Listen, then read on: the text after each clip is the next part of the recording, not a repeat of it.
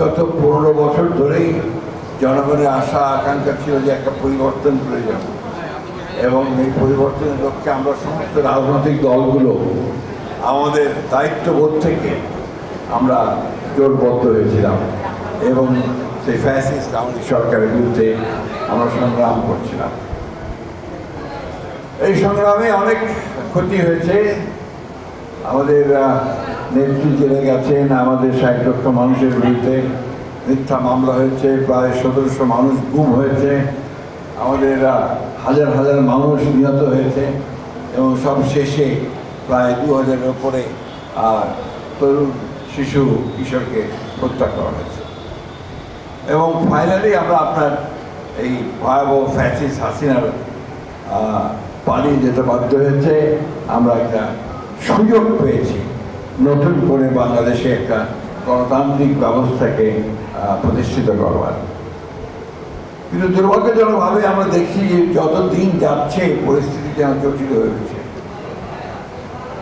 আমার কাছে যেটা মনে হয় যে এই যত দিন যাচ্ছে ততই যারা গণতন্ত্রে বিশ্বাস করে না, যারা জনগণের অগ্রযাত্রায় বিশ্বাস করে না, যারা একটা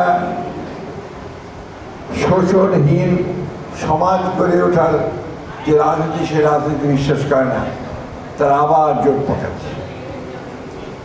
আমার কাছে মনে হয়েছে যে ফ্যাসিস্ট শক্তি যাকে আমরা বিচারিত করতে সক্ষম হয়েছিলাম, তারা ভেতরে ভেতরে আবার সংগঠিত হচ্ছে এবং ক্ষমতা ফিরে পাওয়ার চক্রান্তে লিপ্ত হয়েছে। আমরা হঠাৎ হঠাৎ করে লক্ষ্য করে দেখছি যে মবক্রেসি, হত্যা, ছিনতাই, গুম ভয়ানকভাবে বেড়ে যাচ্ছে। এই বিষয়গুলো নিঃসন্দেহে সচেতন নাগরিক এবং রাজনৈতিক কর্মী হিসাবে আমাদেরকে অত্যন্ত উদ্বিগ্ন করে তুলছে।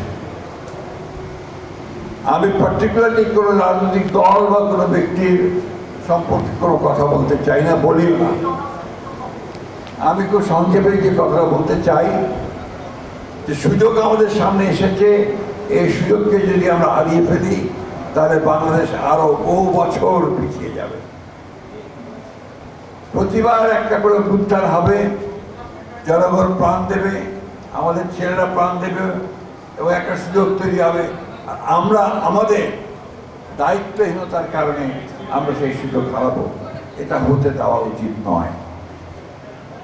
আমি এই সরকারের প্রতি আহ্বান জানাতে চাই যে আপনারা দয়া করে, বহুবার বলেছি, আবারও বলছি যে কাল বিলম্ব না করে যত দেরি করছেন ততই কিন্তু পরিস্থিতি আরো গোড়াতে হচ্ছে এবং সেই অভ্যুত্থানের বিরুদ্ধে যারা ছিল, বাংলাদেশের বিরুদ্ধে যারা রয়েছে, গণতন্ত্রের বিরুদ্ধে যারা রয়েছে, তারা আবার সংগঠিত হয়ে সেই গণতন্ত্রকে নস্যাৎ করবার জন্য কাজ শুরু করেছে।